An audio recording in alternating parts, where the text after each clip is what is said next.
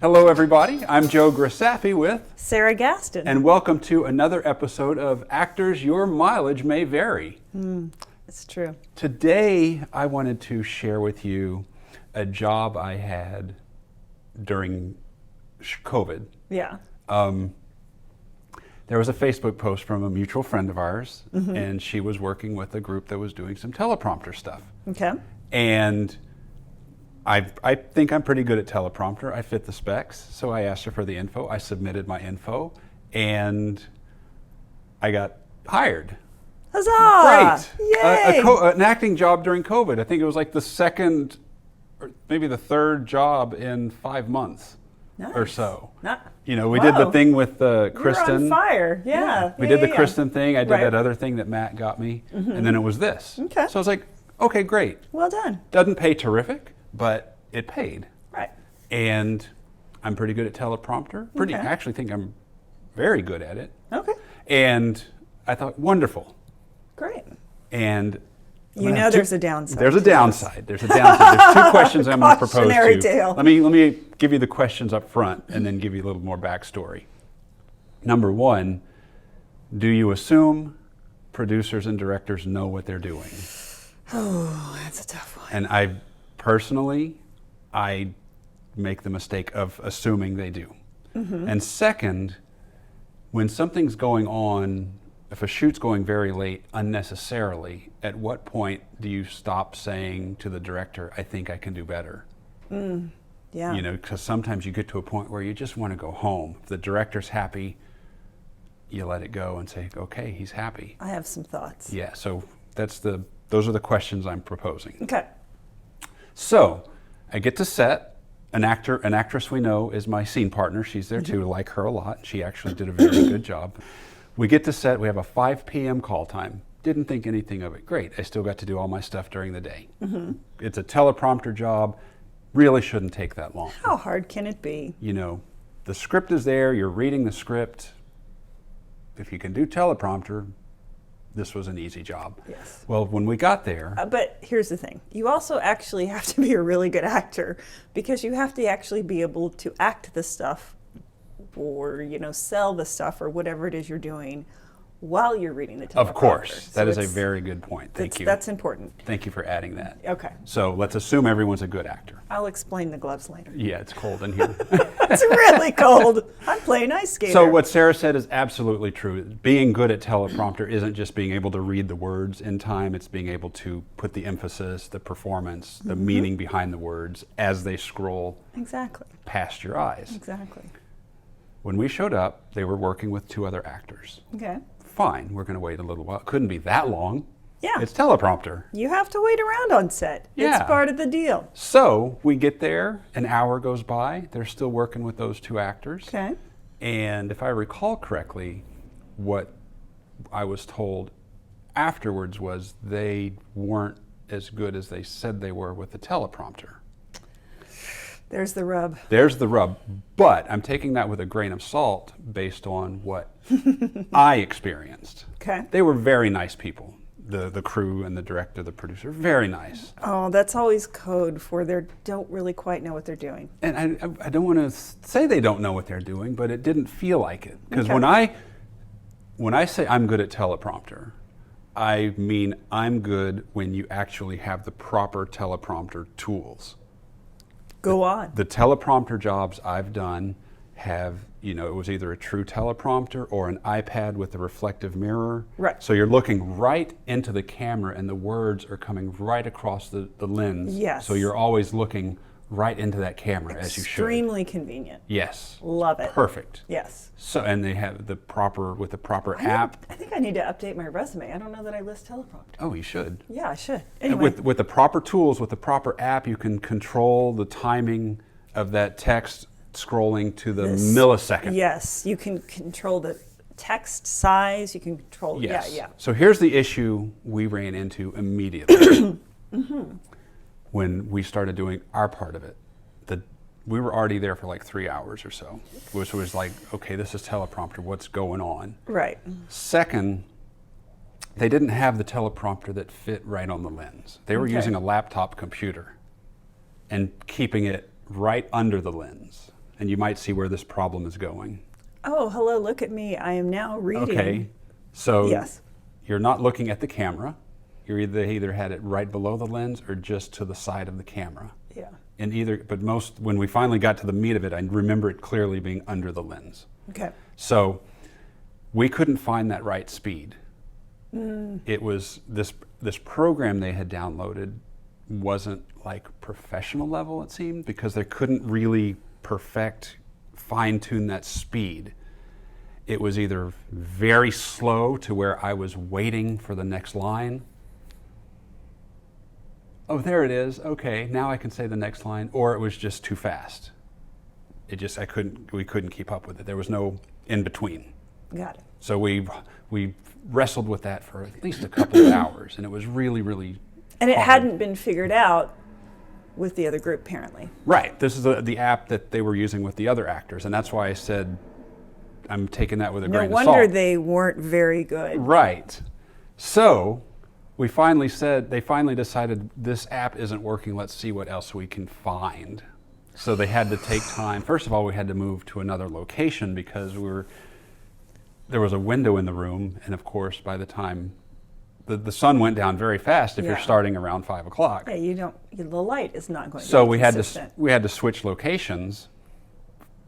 They also wanted to use a different room so it wasn't the same for every scene they did. Okay. So we went upstairs. Okay. They had to scout a new location since they hadn't scouted Okay. the rest of the building. All right. Then we used that original app, and at some point there, they decided that wasn't working. We needed a different app. We needed to find a different tool. So they took time to find another app I'm getting annoyed. and test it. for I you. know. I hope they had really good snacks. They didn't. There were no snacks, no water. It was when I think of doing an industrial video like that, I think of somewhat of a budget and more preparation. Yeah. So this May- was may more I- like an independent film. May I make a comment here real quick? Yes. I have a video called How to Prep for an Overnight Shoot, but it's really how I prep for all shoots. I would check it out. It's on my YouTube channel because it addresses how you will never be caught hungry or thirsty or sunburned because you pack your own chute. And remind me to add a link to that in the description of this video. Perfect. So you will go right to it. And you need to subscribe to her channel because her videos are really, really good. Thanks. Yes. So where was I? We moved locations upstairs. Long wait time, no Long snacks, wait time, no water. No snacks, no water. We started to shoot. We had to wait for them to scout where to shoot once they decided that room. Then we started to do it again. The app wasn't working properly, couldn't find the right speed. So I'm out. I know, they took time to find a new app. Hey, this one works great. But you know what? It's around midnight at this point. Yeah. It's really, really late, and there's no reason at all to be doing teleprompter that late at night. No bueno. No. We're tired. And that's where I'm getting to my second question, is at what point do you stop trying to do the best job you can? Because if they don't have the tools, if they're not prepared, and they're fine with what you're doing, and it's we finally wrapped like 2:30, 2:45 in the morning, and it's that late, and you're just, are you happy? Director, are you happy? Okay, great. Yeah. I knew I could have done a better job because while the teleprompter worked, it had a good speed. We were looking below the lens, and I caught myself reading the dialogue down to the bottom of the screen instead of right there at that arrow. I'm demonstrating Right. for a studio audience. When that starts, I may have been looking very close to the bottom of the lens to where you think I'm looking at the camera. Right. But as the scene goes on, I would keep reading Right. down here. Right. So I'm looking 6 or 8 inches below the lens, Yeah. which people are going to know you're not looking at the camera. At that point, Right. 6 inches is quite a bit. We got it. Yeah. So the director was happy. I knew I could have done better. But it was 2 o'clock in the morning, 2:30 in the morning, and I'm like, oh man, guys, I'm tired. Right. If you're happy, great. Right. And we wrapped. But I go home thinking, well, I'm the one on screen. Sure. I'm the one that doesn't look like he knows what he's doing. Yes. When that wasn't the case. Right. But had it been earlier in the day, 6, 7 o'clock, and everything had been going well, and I caught myself doing that. I was aware I was doing that. Right. But it was also like a 3-minute piece. Right. So I was aware I was falling down to the bottom of the computer screen. But So is this a rhetorical question, or should we discuss? it can be either one. Let's discuss. At what point do you tell the director, do you stop saying, hey, I think I got one more, I can do better? Mm-hmm. When we're working on independent films, I know we do it all the time. I do it and say, hey, look, I think I can do one better. Can I have one more? Right. After the director says that's great, I got to say, wait, let me try one more thing. Yeah. And that may be one 30-second take, for example. Sure. But this is a long speech that involves 2 actors, but the Right. director's very happy. Right. Given that information, what do you think? What would you do? I've been in this situation before. Well, I'm not saying, this is what you should do. Ice skater gloves. No, but you know what? I have been in that situation a couple of times. And one time I just flat out let them know, look, we got to get to my stuff soon because I'm burnt out. Mm-hmm. Right. So I let them know because it was like 5 a.m. and I'd literally been trying to nap in my car since like 10:30 the day before. And I had a big scene, like I was going to be killed. Right. And so I was like, guys, you got to either get to me or we got to do this another day and you'll have to pay me for another day because I'm just, on fumes at this point. And then another time, they were like saying, hey, could you just hang in there a little bit longer? And it was after, it was like 1 or something. Mm-hmm. And I said, you know what? Sure, if you pay me more. Because after a certain point, you have your day rate or whatever. And especially if it's something that you're negotiating yourself and an agent isn't involved so that you can't go back to your agent or your manager and make them be the bad guy. If it's something you're negotiating on your own, you have every right to say, hey, look, this job should have probably taken us 4 hours or 6 hours or whatever, it really should have taken. So now that we're going way into overtime, I'm going to either ask that we come back another day and wrap this up, or that I get a pay bump because you're taking up my valuable time. That's a very good point. If you are negotiating yourself, mm-hmm. put a time limit on that day rate. Yes, sir. If they say $125 for the day and you agree to that, that day could be 16 or 18 hours. Right. On my first film, I was guilty of that. Because the directors don't always know. The director's adrenaline's going and going and going. So right. 14, 16, 18 hours may not mean anything to them. Yeah. But if you're negotiating for yourself, put an 8, 10, or 12-hour time limit on that day. Right. Just as a backup. Right. So you can, if that does happen to you, you get extra money. Yeah. And if they, have them put a rider in there, like, mm-hmm. And just say, okay, well, either I'm a hard out at 10 hours or whatever, which means, I'm done at 10 hours, or have them give you some sort of compensation. Because here's the thing, sometimes people call people way earlier than they need them, especially with more green productions, we'll say. They want to call everybody at once, and actors can only, we're human organisms. We can only just like sit around and do nothing or sit around or whatever for so long, and you're just going to lose our best stuff. So, that whatever that 8, 10, or 12 hours is the moment they call you on set. It also may make them rethink how early they call you to set because maybe they don't want to pay that penalty. Right. And that calling everybody to set at the same time is lazy planning. Yeah. That's very lazy. I don't recall ever doing that on any of my projects that I've directed. Yeah. Maybe I call them a little too early, but I never call everyone at the same time. Yeah. And I'm going to share a story. Can I make one more comment? You have no control over how they plan their shoot. You do have control over the boundaries you set to protect your asset, which is yourself and your talent and your time. And we may have talked about this in another video, but I'm going to readdress it here since it's appropriate. It applies. Okay. There was a student film I worked on many years ago, say 10 or 12 years ago. Okay. And they called everybody to the set at the same time. They called me, I want to say like 12 o'clock, noon, and didn't get around to shooting me until 11 o'clock at night. Filming him, not shooting him. Yes, yes. And I had this really, It's very cold. really good monologue that I had to perform.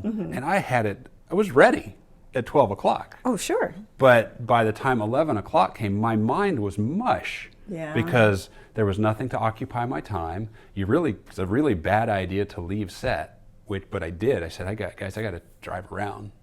I got to go do something. Because I could feel myself losing my energy. And when 11 o'clock came, guess what? I was stumbling through that monologue. Yeah. I was tired, and Yeah. I looked like I wasn't prepared. Yep. When I was prepared when I got there. Right. But you need to, directors, if there are any directors watching this, you need to realize that actors, their minds need to stay busy. Yeah. If the actor doesn't have anything to occupy their time and they've just been waiting all day, they're exhausted. Yeah. Mentally. And here's the other thing too, is how comfortable are the waiting accommodations, you know? Yes. That's the thing. So yeah, on a big budget set, yeah, you may be waiting around for hours, right? I've had that happen. But if you have a warm or cool, depending on the temperature, comfortable place to sit, you can be quiet, you can be still, or you can work on whatever you need to work on, or you, have,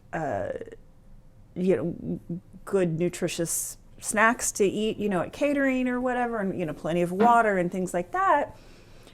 Asking someone to wait around a little bit longer is a little more palatable because they can actually relax. But, if you, cram 3 or 4 people into, say the bedroom of a house, if you're filming in a house, and, one person's listening to music, one person's talking on the phone, and one person's trying to sleep, it's just like you cannot relax and really recharge and stay refreshed in that environment as an actor. You just can't. And so, any more than a lawyer could prepare a brief, right? So sometimes actors are asked to produce extraordinary results under really terrible, circumstances. And then, someone's sitting there wanting to pass the buck and say, well, they didn't do a great job. Well, come on, people. There's a reason often behind that. Yes. If the circumstances on set are terrible, it absolutely can affect the performance. Heck yeah. Going back to the teleprompter guys, I will give this to them. Okay. They knew they were running late pretty quickly, so they Okay. did offer us more money. Okay, good. We got a 50% raise Okay. right out of the gate. Great. So that made it a lot more tolerable. Sure. I'm not complaining about the time it took as so much as I'm complaining about it's not just about the time it took. Sure. It's about the preparation. Had there been preparation, it would not have taken that much time. Because a call time at 5 o'clock call time and going. You don't have any control over that. Right. So I think what we want to offer these fine people is, so how do you deal with that? Right. That's exactly how do you deal with it? Because my 5 o'clock call time and a 2:30 wrap is not in film terms a long day. Right. It's less than 12 hours. Right. But it's a job that shouldn't have taken 3 hours. And teleprompter is a little bit different than, a Yeah. shooting day where it's just different. Yeah, fortunately we were comfortable inside an air-conditioned building. Good. And had chairs, but there was no, like you said, no snacks, nothing to occupy our time. Yeah. For Yeah, that I think length of there time. I think there you have to have your heart out and then your hard out. So like your heart out at say midnight, otherwise there's compensation, but like if you don't have it by 1 or whatever works for you, then you're done. Right, and it could have been Now simply, you're not hey, going to say this to Ron Howard. no, Okay. because Ron Howard's going to be ready. That job I had in November was show up on set, you see your people, you see hair, you see makeup, you go to your trailer. I didn't have time to even unpack, and they swept me off to rehearsal. It was like, Oh yeah. boom, boom, boom. No, the most money I ever made on set was I was probably done in 30 minutes. Yeah, Like 30 minutes of filming. right, exactly. This was that one in November was like 4 hours. Yeah. And that's one of the most lucrative jobs I've had. Yep. But it's in and out. Yeah. So we don't really have an answer for you as to what to do, but we want to present you with the possible scenario you might find yourself in. And how can you prep ahead of time, first of all, to manage your energy and your time, and then how can you safeguard your sanity by setting some boundaries in place? Right. Now, like for the teleprompter job, if that happens to you, it's your decision to say, hey, I'd like to try one more time, or be satisfied when the director says he's happy, he or she is happy. Right. There's no right or wrong answer. It's going to be your choice. That's why your mileage may vary. Yes. And one last thing I'd like to share as we wrap this one up. You talked about... I bruise like a peach. Ouch. Barely touching you. Comfortable accommodations. Let's talk about that serial killer movie. And you weren't there for this shoot, but it was hours away from Houston. A great set, a great little house. Well, I was there for that shoot. I just wasn't at that location. Oh, so it was the same, was it? Okay. Yeah. Okay. Then y'all that was... shot the next day, y'all's stuff, or that night or something. Right, okay, yeah, you weren't at this location, so I guess it was the same trip. I was in the same small, terrifying little town. It was a little abandoned house, which was perfect for the movie. But when you have a little abandoned house in the middle of nowhere, what do you not have? Privacy, bathrooms. Electricity, warmth. Oh, abandoned. Yeah, nobody lived there. Okay. And it was in the middle of nowhere. There was no electricity. I believe they had generators going. It was a vacated house. And it was cold. Very cold. I remember the cold. Yeah. So I found myself shivering, trying to stay warm in my car, going back and forth. Oh man. It released that damn movie. Don't get me started. You know, the other thing too is there's going to be some wily director out there. I don't think this guy did this, who's going to tell you that he's a method director or some BS like that, and like, well, that should help you get into character. That is shenanigans. That is somebody who doesn't know what they're doing and who doesn't trust that you know what you're doing and that you can create the performance that you need to create because they want to create some sort of scenario for you. Now, again, if Ron Howard is asking me to do it, that's a little different because I know he knows what he's doing. But beware of somebody, and it's really bad, it will happen to you, where some director tries to manipulate you into doing something that's really uncomfortable physically or unsafe or unsavory, with the idea that, you know, if you're a real artist, if you're a real actor, you would be willing or able or whatever. That is shenanigans. I'm putting it nicely. There's another word for it, but children may be watching. Yes, and never forget what happened on that Greg Allman movie, Midnight Rambler. Is that the Sarah, one? I believe her name was Sara. Yeah, her name was Sara. They had her work, they had the shoot on a train track that they didn't have permission to be on, and the train track wasn't shut down. And she was killed. So yeah, it's not worth it, guys and gals. And that was a much bigger budget movie, and stuff like that still happens. So yeah, just if you're working with A-list directors and they're trying to do stuff that's like that, I shouldn't say like that. Yeah. Like trying to manipulate a performance, there might be something there, but at the independent level, that's garbage, I think. It is garbage. Yeah. It is garbage.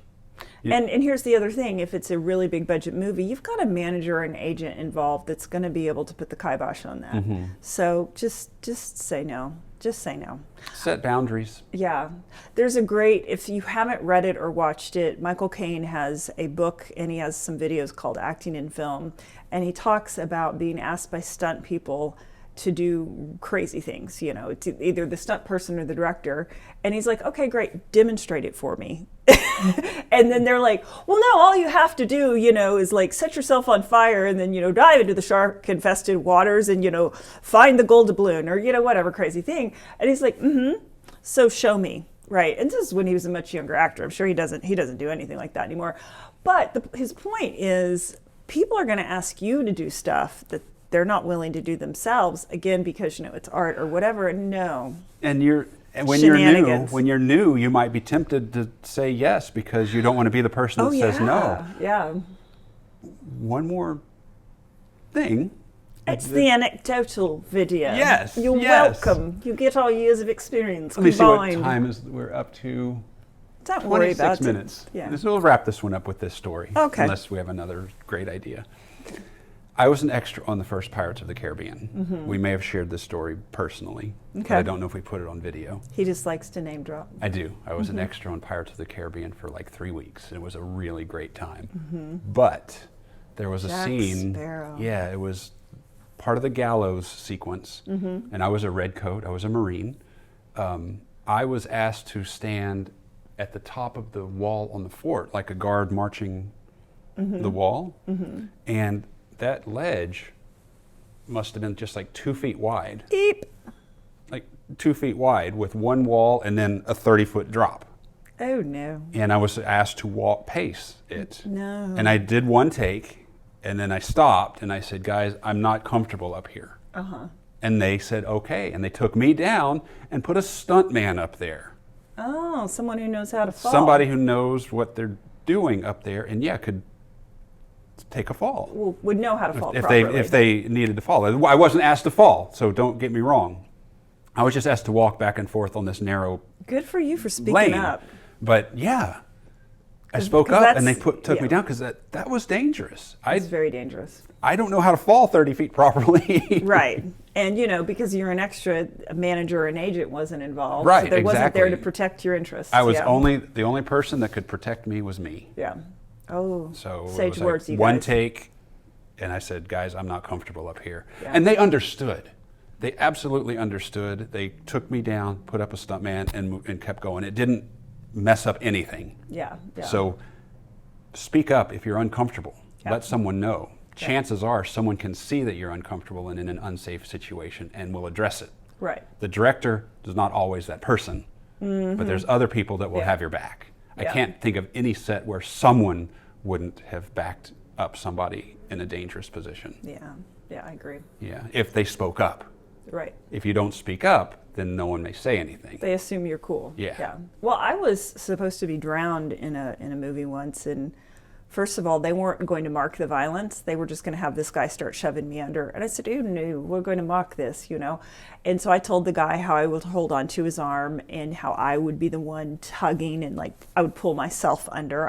He would not be doing that. Right, you're in complete control. Right. But what they wanted to do is they wanted to have me do it head back. Well, I can't do that because as soon as you do the head back, the water goes up through your sinus cavities. And so I said, I can't do that. That's and they're too like, dangerous. and they're like, oh, but it looks, and I go, I don't care how it looks. I'm not going to do that, you know? And so hopefully I didn't do it with that tone, but maybe I did, you know me. And, but yeah, I mean, again, that's somebody's asking you to do something that they're not doing that could be harmful to you or perhaps fatal, you know? So no, just say no. Yeah. Yeah. Well, we're approaching the 30-minute mark. Yeah. I'm really happy with this video.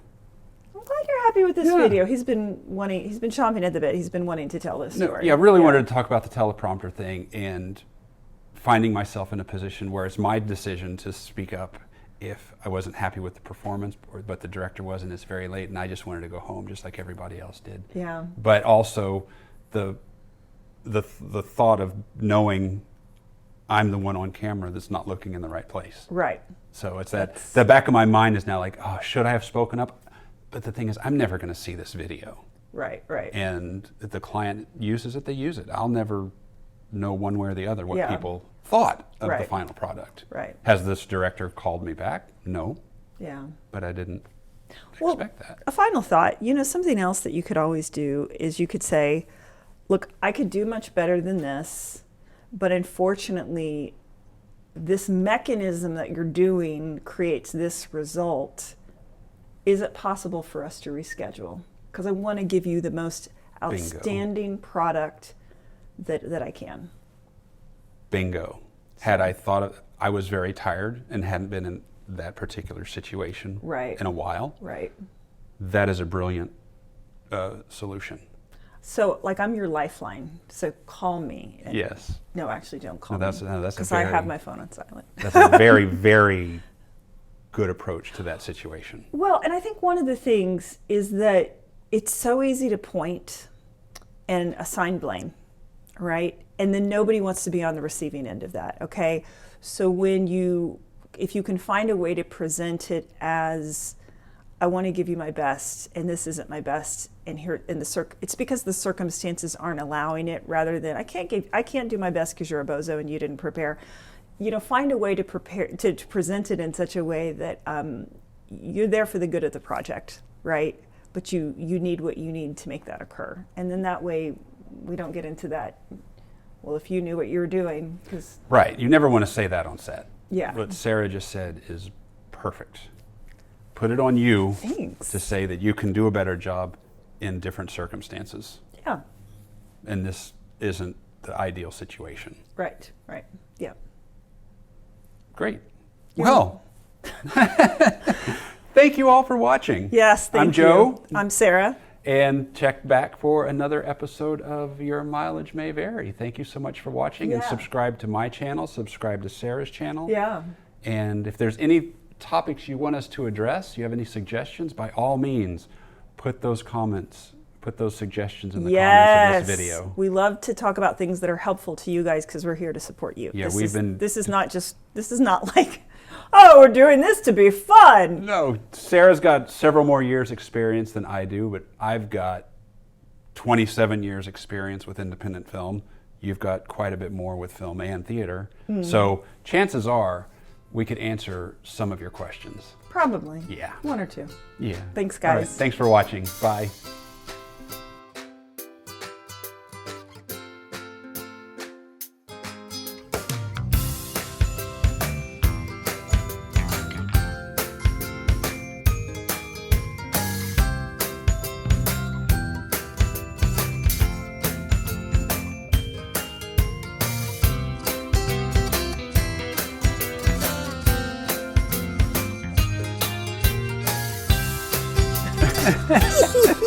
So